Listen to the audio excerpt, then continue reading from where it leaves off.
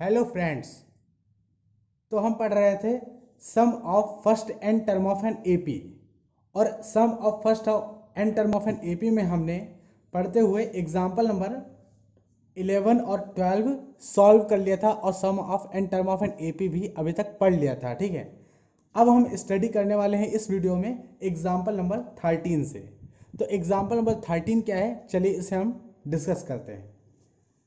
Example number 13 क्या पूछा है कि how many term of an AP, जो आपको एपी दे रखी है कितने टर्म लिए जाएं, must be taken so that that some is 78 है। यानी इस एपी के कितने टर्म, जो एग्जाम्पल नंबर 18 है उसमें कहा है कि एक एपी दे रखा है और इस एपी के कितने टर्म लिए जाएं कि उसका सम 78 आ जाए। एग्जाम्पल नंबर 13 की एपी देखिए क्या है, जो क्वेश्चन में आपको जो एपी दी गई है वो क्या दी गई है, 24,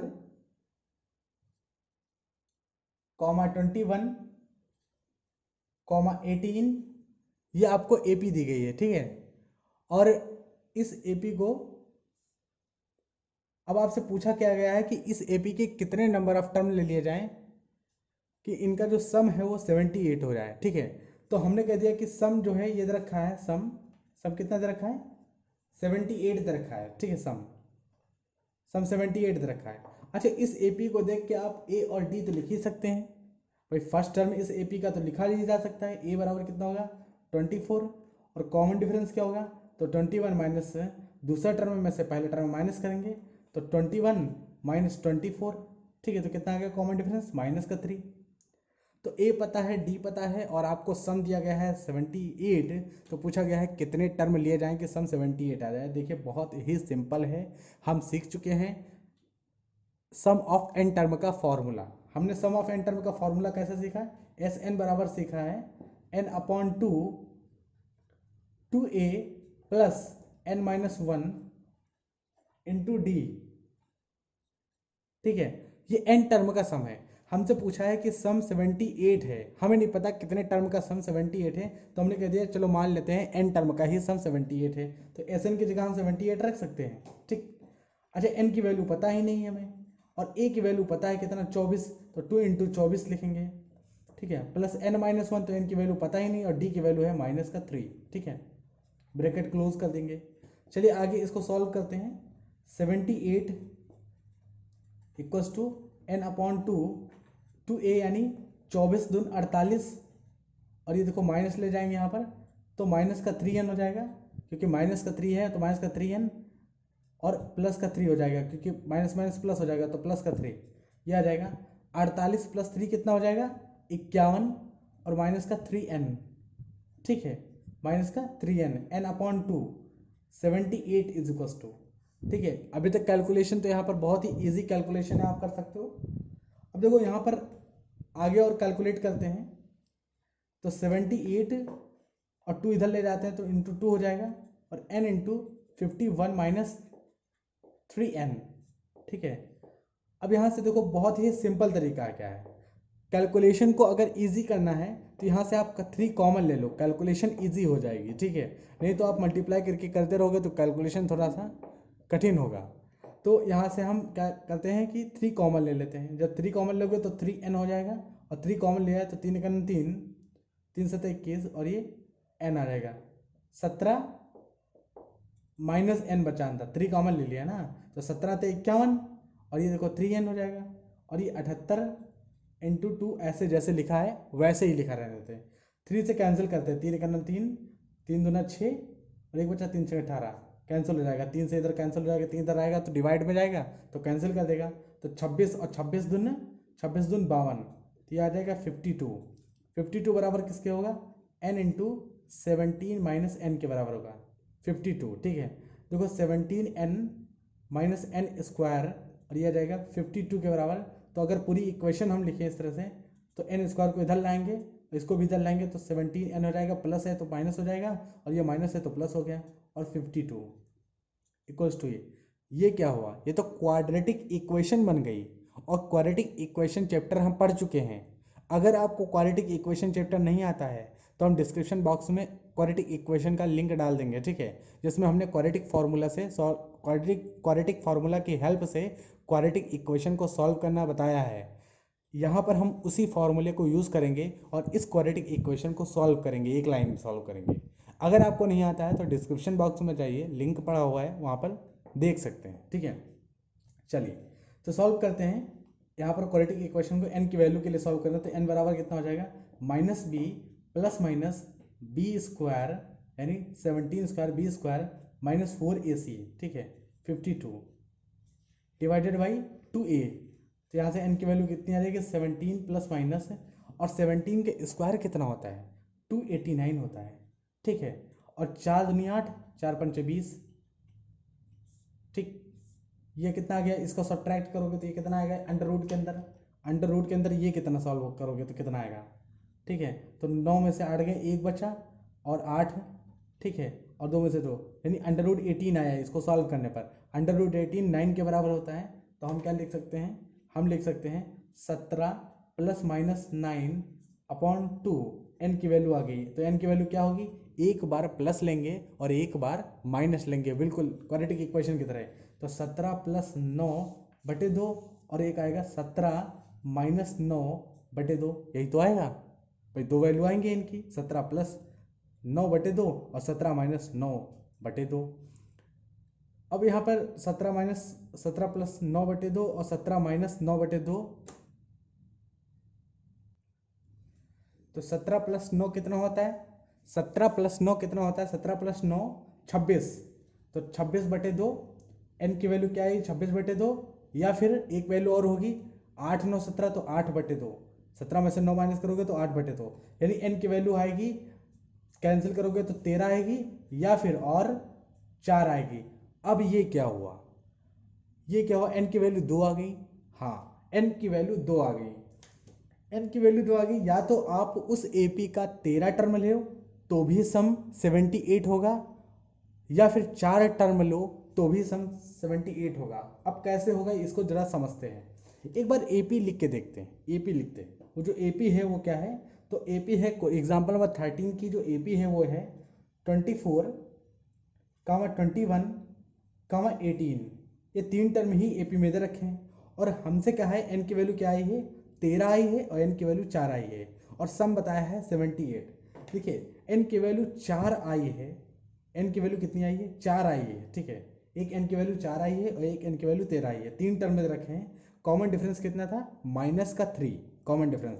तो अगर -3 यहाँ पर ऐड करोगे कितना आएगा, 15 आएगा अगला टर्म। तो यानी इस एपी का अगला टर्म क्या होगा, 15 होगा। ठीक है, इसको भी लिख सकते हो ऐसे। ठीक है, अगला टर्म लिखना हो तो -3 करोगे तो अगला टर्म भी लिख सकते हो यहाँ पर इस एपी का। ठीक है, शुरुआत के जरा 4 टर्म लेते हैं, शुरुआत के जरा 4 टर्म लेते हैं, देखते हैं कितना होता है। ठीक है, तो देखिए 4 टर्म है, इनका जरा सम करते हैं।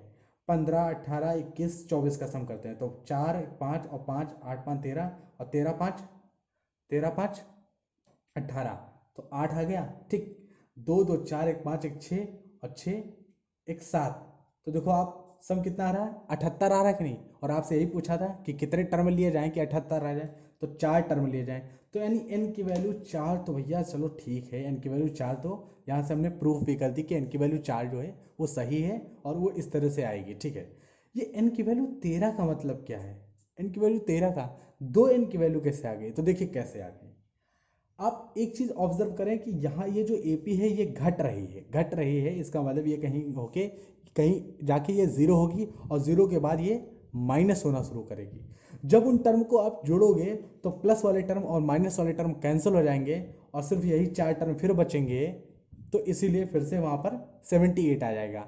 लेकिन ये हम करके देखेंगे, ये हम जरूर करके देखेंगे। तो चलिए इस एपी को पूरा लिखते हैं, पूरा 13 के 13 टर्म लिखते हैं और देखते हैं कि क्या सम होता है। तो शुरुआत के 4 टर्म इस एपी के हम ब्लैक पेन से लिखते हैं। देखो 24 पहला टर्म है, दूसरा है 21, तीसरा है 18, और चौथा है 15। ठीक है, अगला टर्म लिखने के लिए क्या करते हैं, अगला टर्म देखिए 4 टर्म हमने लिख दिया है, 4 टर्म को ऐड करने से 78 होता है, लेकिन हमने कहा 13 टर्म भी ऐड करने से 78 आएगा। देखिए कैसे, अगला टर्म कैसे लिखेंगे, तो कॉमन डिफरेंस एपी का कितना है, -3 है, तो -3 यहाँ ऐड करो कितना आएगा, 12 आएगा। -3 तो 9 आएगा, -3 तो 6 आएगा, -3 तो 3 आएगा, -3 तो 0 आएगा, -3 तो -3, और -3 करोगे तो -6। ठीक है, -3 करोगे तो -9, और माइनस का 3 करोगे तो माइनस का 12। ठीक है, कितने टर्म हो गए? 1 2 3 4 5 6 7 8 9 10 11 12 13। देखो 13 टर्म हो गए कि नहीं हो गए? अब देखो 13 टर्म लेने से 78 कैसे आया वो हम बताते हैं। आप एक चीज़ देखो कि जब इनको जब ऐड करोगे तो -3 और +3 कैंसिल हो जाएगा कि नहीं हो जाएगा? -6 +6 कैंसिल हो जाएगा, -9 +9 कैंसिल हो जाएगा, -12 +12 कैंसिल हो जाएगा, जीरो। तो यही तो बच्चे कितने? 4 ही टर्म बचे। इसीलिए तो 13 टर्म का बता रहा है कि सम 78 होगा। तो चाहे 13 टर्म ले लो, यानी आंसर आप 13 ले लो, ठीक है, 13 ले लो या फिर 4 ले लो। ठीक है, तो इन दोनों का जो सम होगा वो कितना होगा? 78 ही होगा। इसीलिए एन की वैल्यू 2 निकल के आ रही है। ये क्वेश्चन बहुत ही इजी था लेकिन थोड़ा समझने वाला था क्वेश्चन। चलिए अगला हम क्वेश्चन सॉल्व करते हैं। एग्जाम्पल नंबर, एनसीईआरटी का एग्जाम्पल नंबर 14।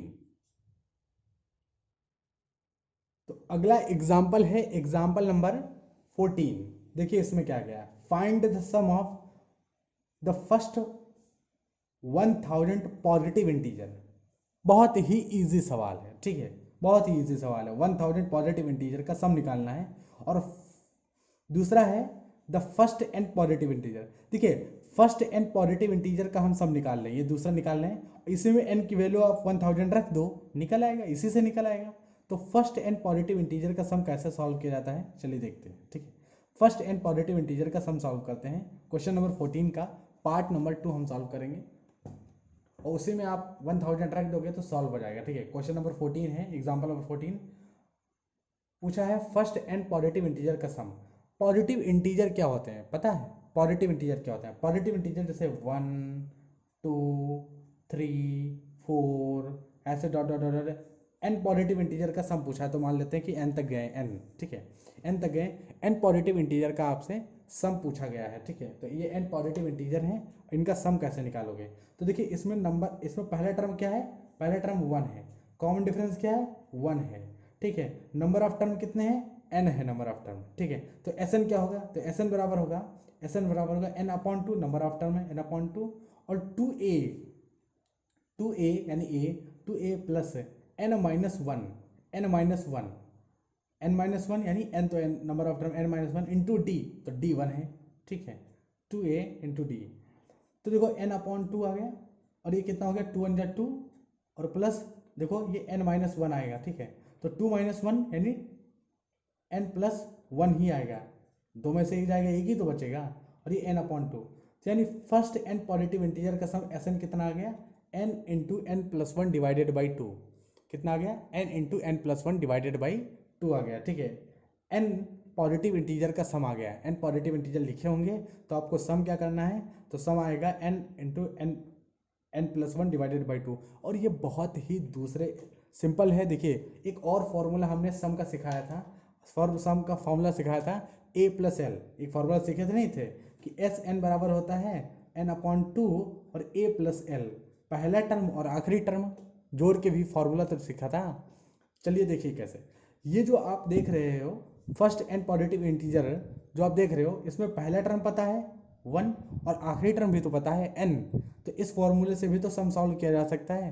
तो इस फॉर्मूले से करना चाहिए था, हम उस फॉर्मूले से करके दिखाए हैं, इस फॉर्मूले से भी करके दिखाएंगे। ठीक है, तो एस एन क्या होगा? एस एन बराबर होगा N upon 2, number of term N upon 2 है, और ए प्लस एल, तो पहला फॉर्मूला, पहला टर्म कौन सा है? तो पहला टर्म हमारा है यहाँ पर ए, यानी ए बोले तो 1, और आखिरी कौन सा है? आखिरी एन है, आखिरी एन है। तो देखो वही आ गया कि नहीं? जो आंसर यहाँ आ रहा था वही आंसर यहाँ आ रहा है कि नहीं आ रहा है? जो आंसर यहाँ आ रहा था वही आंसर यहाँ आ रहा है। ठीक है, तो एन अपॉन 2 1 प्लस एन, यानी N upon 2 N plus one, यहाँ पे देखो N upon 2 N plus one. ठीक है, तो फर्स्ट एन पॉजिटिव इंटीजर का जो सम होता है वो N upon 2 into N plus one होता है, या N N plus one divided by 2। ठीक है, ये बहुत ही सिंपल है। जैसे आपसे पूछा गया कि ऐसे लिखा हुआ, जैसे आपसे बहुत ही सिंपल सा एग्जांपल लेते हैं। जैसे आपसे पूछा कि ऐसे लिखा हुआ है 1 2 3 4 5, चलो 5 तो टर्म का सम बता दो। तो आपको सिंपल करना है, इस फॉर्मूले में वैल्यू रखनी है। ठीक है, इस फॉर्मूले में वैल्यू रखनी है। कैसे सम बताओगे? इस फॉर्मूले में वैल्यू रखनी है, 5 टर्म का सम पूछा है ना, तो यहाँ पे लिखोगे 5/2, और 5 प्लस 1 6। ठीक है, 2 3 6 5 3 15, तो पहले 5 टर्म का, अब देखो 5 4 9 3 12 2 14 1 15, देखो 15 आ गया कि नहीं आ गया? कितना सिंपल है, ठीक है।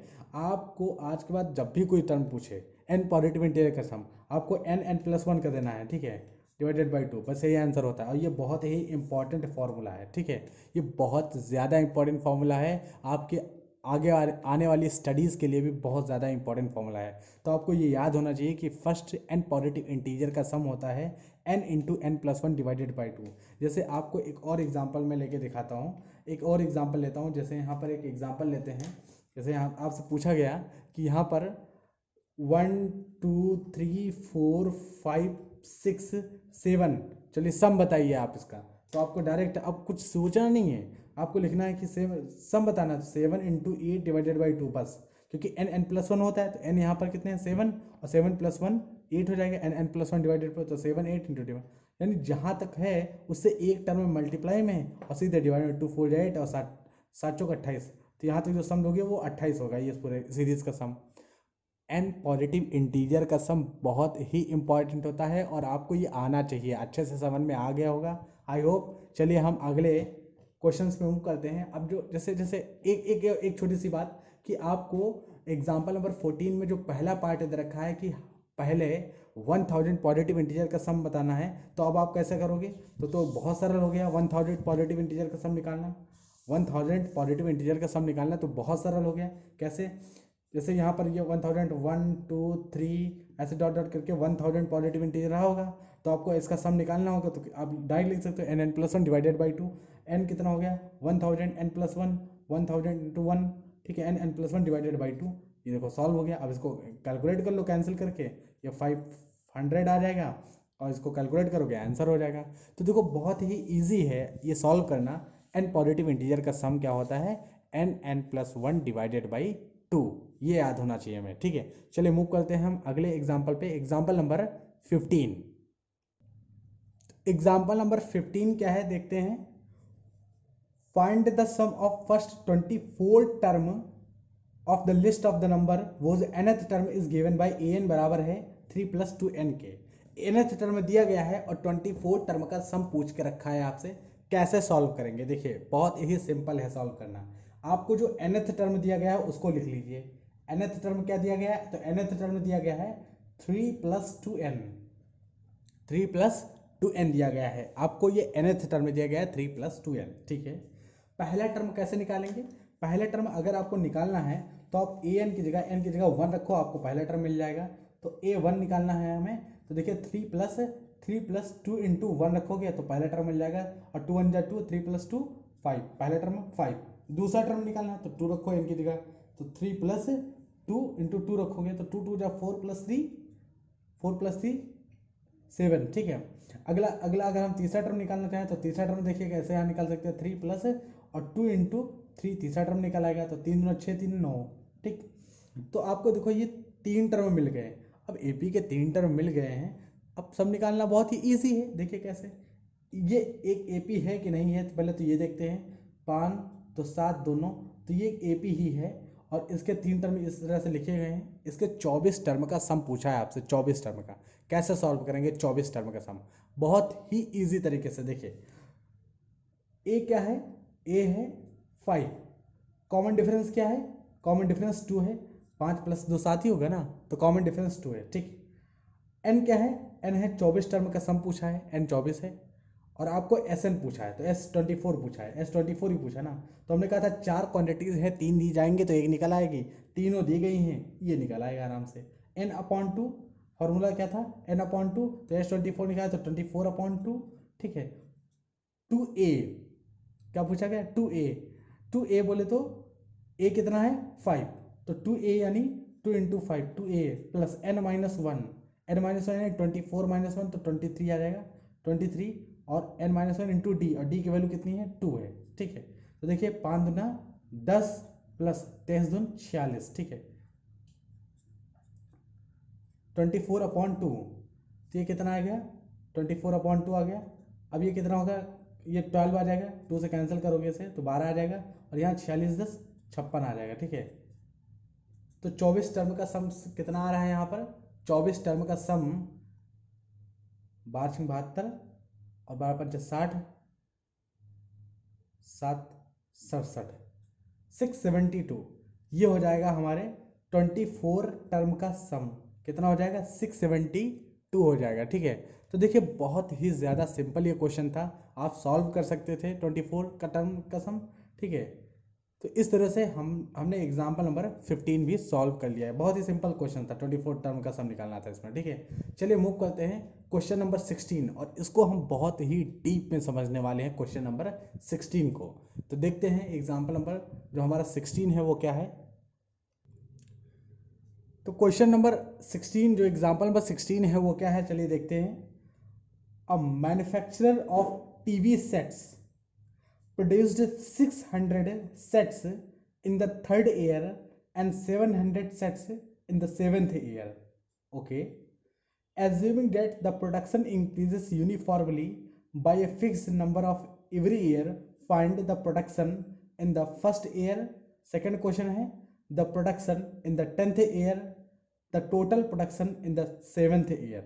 देखिए क्वेश्चन बहुत ज़्यादा सिंपल है, लेकिन आपको समझने का वाला है। लैंग्वेज अगर आपके समझ में आ गई तो क्वेश्चन तुरंत हैंडल हो जाएगा। ठीक है, डील कर लोगे आप इसको। देखिए कैसे, क्वेश्चन नंबर 16 में क्या रखा है कि आपसे पूछा है एक टीवी मैन्युफैक्चरर है जो कि तीसरे साल, ठीक है, थर्ड ईयर में 600 सेट्स टीवी के मैन्युफैक्चर करता है। लेकिन पहले साल कितने सेट टीवी के मैन्युफैक्चर करता है मेरे को नहीं पता। ठीक है, तो मान लेते हैं कि पहले साल A1 मैन्युफैक्चर करता है, दूसरे साल A2 मैन्युफैक्चर करता है, तीसरे साल A3 नहीं लिख सकते, चलो तीसरे साल A3 मैन्युफैक्चर करता है, चौथे साल A4 मैन्युफैक्चर करता है, पाँचवें साल A5 मैन्युफैक्चर करता है, छठे साल A6 मैन्युफैक्चर करता है, और सातवें साल A7 मैन्युफैक्चर करता है। ये हमने एग्जाम्पल समझाने के लिए इस तरह से हमने लिया है कि ये हर साल जो है टीवी सेट मैन्युफैक्चर है। ठीक है, आपको दे रखा है कि तीसरे साल जो number of TV set manufacture करता है वो कितना है, 600 है।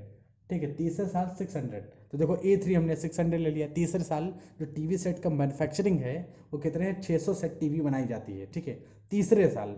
और क्या दे रखा है, और देखा है कि सेवेंथ ईयर में 700 सेट बनाए जाते हैं। यानी जो सेवेंथ ईयर है इसमें 700 सेट बनाए जाते हैं। तो 700 टीवियाँ जो बनाई जाती हैं वो सातवें साल बनाई जाती हैं, और तीसरे साल 600 टीवियाँ बनाई जाती है। और आपसे कहा गया है, आपसे ये भी कहा गया है कि आप ये भी एज्यूम करके चलें कि हर साल जो है एक constant number of TV set बढ़ जाता है। मतलब देखो, अगर इस साल, जैसे इस साल 600 बनाया है तो अगले साल जो है 600 नहीं बनाएगा, कुछ बढ़ जाएगा। जैसे हर साल सोच के देखो 10 बढ़ा देता हो, तो यहाँ इस साल क्या बनाएगा, 610, इस साल क्या बनाएगा, 620, बस 10 ही तो बढ़ेगा। इस साल क्या बनाएगा, 630। ये एग्जाम्पल के लिए है, लेकिन अब कितना बढ़ जाता है, बढ़ के देखो सातवें साल 700 बन गया है, तो कितना बढ़ता है ये तो मेरे को नहीं पता।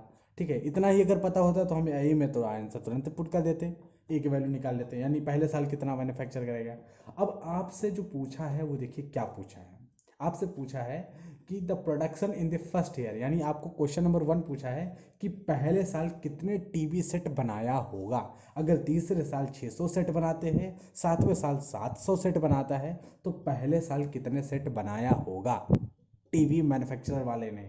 तो देखिए बहुत ही सिंपल है, कैसे देखिए, A3 दिया है आपको, A3 जो दिया है वो A3 क्या दिया है, A3 दिया है 600, और आपको A7 कितना दिया है, A7 दिया है आपको 700, ये तो दिया है। अच्छा A3 an का फॉर्मूला होता था a plus N minus one into D, तो A3 होगा a plus N minus one यानी 3 माइनस वन इंटू डी, यानी a प्लस 2d। इसको A3 तीसरे टर्म को क्या लिख सकते हो, a प्लस 2d लिख सकते हो, और ये बराबर होगा 600 के, इसको लिख सकते हो a प्लस 6d, और ये 700 के बराबर होगा।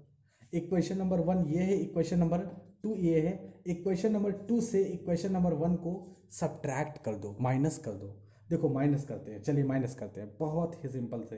इक्वेशन नंबर 2 लिखते हैं सबसे पहले, तो a प्लस 6d लिखते हैं, और ये 700 लिख दिया हमने, और a प्लस 2d लिखा हमने, और ये हमने 600 लिख दिया।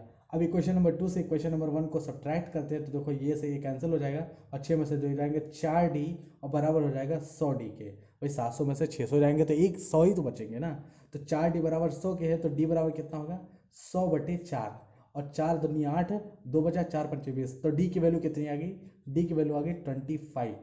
d की वैल्यू कितनी आ गई, 25। अब d की वैल्यू आप चाहे इक्वेशन नंबर 1 में रखो, चाहे इक्वेशन नंबर 2 में रखो, d की वैल्यू रखोगे तो a की वैल्यू पता चल जाएगी। और हमसे a की ही तो वैल्यू पूछा है, अरे पहले साल में कितने सेट बनाए, यही तो पूछा है। तो डी की वैल्यू रखते हैं इक्वेशन नंबर 1 में रखते हैं। चलिए इक्वेशन नंबर 1 में रखते हैं डी की वैल्यू। इक्वेशन नंबर 1 क्या है, a+2d 600, और डी की वैल्यू जो है यहाँ पर जो निकल के आई है डी की वैल्यू, इस डी की वैल्यू को यहाँ पर पुट करते हैं बस। ठीक है, बस देखिए कैसे सॉल्व होता है क्वेश्चन। डी की वैल्यू कितनी आई है, डी की वैल्यू आई है 25, यहाँ पर 25 रखते हैं। तो a+2 और 25 यहाँ रख देते हैं, और ये आई 600 है। तो a बराबर कितना हो गया, 25 दूना 50, उधर जाएगा तो माइनस हो जाएगा। 600 में से अगर 50 माइनस करोगे तो कितना आएगा, 550। निकल आया कि नहीं, निकल आया भाई 550। ए की वैल्यू आई 550। यानी जो नंबर ऑफ टीवी सेट, जो नंबर ऑफ टीवी सेट पहले साल में मैन्युफैक्चर करेगा, पहले साल में वो कितना करेगा, 550। आपसे सवाल नंबर यही तो पूछा है, पहले साल में तो 550 करेगा। ठीक है, पहला आंसर हमारा आ गया 550। दूसरा सवाल क्या है, दूसरा सवाल है कि the production in the 10th year, 10वें साल में कितना करेगा। तो भाई 10वें साल में प्रोडक्शन कितना करेगा, यानी A10, आपसे A10 ही पूछ रहा है ना, A10 पूछ रहा है। A10 बराबर होगा a+n-1 यानी 10-1 इंटू डी, यानी 90 होगा A10। दूसरा सवाल ये पूछ रहा है, ठीक है, पहला सवाल ये पूछा था तो इसका आंसर निकाल दिए। दूसरा सवाल ये पूछा है कि 10वें साल में कितना प्रोडक्शन करेगा। तो A10 की वैल्यू पूछी, A10 बराबर होगा a+90। अच्छा, ए की वैल्यू पता है आपको 550 आई है, 550, और 9 डी की वैल्यू पता है आपको 25 होती है। ठीक है, 25 है, देखो ये तो निकाल ही चुके हैं, तो 25 यहाँ लिख दिए। 9×5 = 45, 9×2 = 18, 4×22, ठीक है, प्लस 550, 550 प्लस 222 कितना हो गया, 550 प्लस 222 कितना हो गया, तो 5 हो गया, 5+0 और 5×2 = 7, 5×2 = 7, 775। तो नंबर ऑफ टीवी सेट जो है 10वें साल में मैन्युफैक्चर करेगा 775 में बनाएगा। ठीक है, 775 टीवी सेट जो है बनाएगा दूसरे साल, दूसरे साल नहीं, 10वें साल। यानी यही तो पूछा है, the production in the 10th year. तो 10th ईयर में जो नंबर ऑफ टीवी सेट जो मैन्युफैक्चर करेगा वो कितना मैन्युफैक्चर करेगा, 775। ठीक है, ये हमारे सवाल नंबर दूसरे का आंसर था। सवाल नंबर तीसरा देखिए क्या है। सवाल नंबर तीसरा पूछा है the total production in the 7th year, first 7th year. यानी इन 7 सालों में, ये जो आपको दे रखा है अभी, इन 7 सालों में टोटल प्रोडक्शन क्या गया। टोटल प्रोडक्शन कैसे निकालेंगे, पहले साल 550 हुआ, दूसरे साल डी कितना आया 25, तो 25 ऐड करेंगे फिर ये आ जाएगा। तो दूसरा टर्म कैसे निकलेगा, दूसरा टर्म निकलेगा 25 इसमें ऐड करोगे तो 575, फिर 25 ऐड करोगे तो देखो 600 आएगा, फिर 25 ऐड करोगे तो कितना आएगा 625। ठीक है, फिर 25 ऐड करोगे तो 650, फिर 25 ऐड करोगे तो 675, और फिर 25 ऐड करोगे तो 700। अब देखो सारे टर्म आ गए नहीं, अब सारे टर्म को उठा के जोड़ दो तो आपको मिल जाएगा 7 साल में कितने टीवी सेट मैन्युफैक्चर की कंपनी ने। लेकिन हमें इस तरह से नहीं निकालने हैं, हमें तो फॉर्मूले से निकालने हैं। फॉर्मूले कैसे लगाएंगे, फॉर्मूला जो अभी हमने सीखा है, सम ऑफ n टर्म का फॉर्मूला। ये एक एपी है, इसका सम निकालते हैं, 7 टर्म का सम, यानी इनका सम कैसे निकालेंगे एक ही बार में। तो देखिए कैसे निकालते हैं। ठीक है, सम ऑफ n टर्म का हम इस्तेमाल करेंगे और उसी फॉर्मूले से हम इसको सॉल्व करेंगे। चलिए, तो सम ऑफ n टर्म यूज करते हैं, उसी फॉर्मूले से हम इसको सॉल्व करते हैं, सम ऑफ n टर्म। तो देखिए तीसरा जो क्वेश्चन है उसमें क्या रखा है, तीसरा क्वेश्चन में आपको 7 साल में जो भी टीवी सेट मैन्युफैक्चर हुए हैं उनका सम बताना है। तो आपको कैसे, S7 निकालना है, S7 निकालना है। तो S7 में फार्मूला क्या होगा, S7 का फार्मूला होगा n/2 2a+n-1 × d। लगा दें, नहीं लगाएंगे, क्यों नहीं लगाएंगे, देखिए आपको पहला टर्म पता है ना 550, आपको 7वां टर्म भी तो पता है 700, तो n/2a+l वाला फॉर्मूला लगा देना, तुरंत डायरेक्ट आंसर आ जाएगा सम ऑफ। ठीक है, तो S7 कितना होगा n/2 और a+l वाला फॉर्मूला लगाएंगे, क्योंकि पहला टर्म और आखिरी टर्म पता हो तो AP का सम a+l ही होता है। 7 साल का सम बताना है तो 7/2, 7 साल का सम बताना है तो 7/2, n की वैल्यू 7 हो जाएगी, 7/2। पहला है 550, ठीक है, आखिरी है 700, ऐड कर लो आप, 550 + 700 कितना होता है, तो 7 5 12, ठीक है, 1250, तो 1250 आ जाएगा, और ये 7/2 हो जाएगा, 7/2। चलिए कैंसिल करते हैं, 2 × 12, ठीक है, 2 दूनी 4 और 2 पंचे 10, तो 625 को 7 से मल्टीप्लाई करो, 7 को 625 से मल्टीप्लाई करोगे तो कितना आंसर आएगा, देखिए 625 को 7 से मल्टीप्लाई करो तो 7 × 5 = 35, 7 दूनी 14, 15 16 17, और 7 × 42 = 1 43, तो 4375 कितना आएगा? 4375। इतने टीवी सेट मैन्युफैक्चर होंगे 7 साल में पूरे जोड़कर, ठीक है। 7 साल में जो टीवी सेट मैन्युफैक्चर होंगे वो कितने टीवी सेट, जो मैन्युफैक्चरर है वो कितने टीवी सेट मैन्युफैक्चर करेगा? तो 4375, ये हमारा तीसरा आंसर आएगा, 4375। आई होप आपको ये चीज़ें समझ में आ रही होंगी। एग्जाम्पल सारे ख़त्म कर चुके हैं हम, यहाँ पर एग्जाम्पल कंप्लीट हो गए हैं। अगली वीडियो में हम एक्सरसाइज 5.3 सॉल्व करेंगे। तो अगर आपको ये लेक्चर अच्छे लग रहे हैं तो चैनल को जरूर सब्सक्राइब करें, वीडियो को लाइक करें और उन लोगों के साथ शेयर करें जो क्लास 10th की मैथमेटिक्स को सीखना चाहते हैं। इस वीडियो धन्यवाद।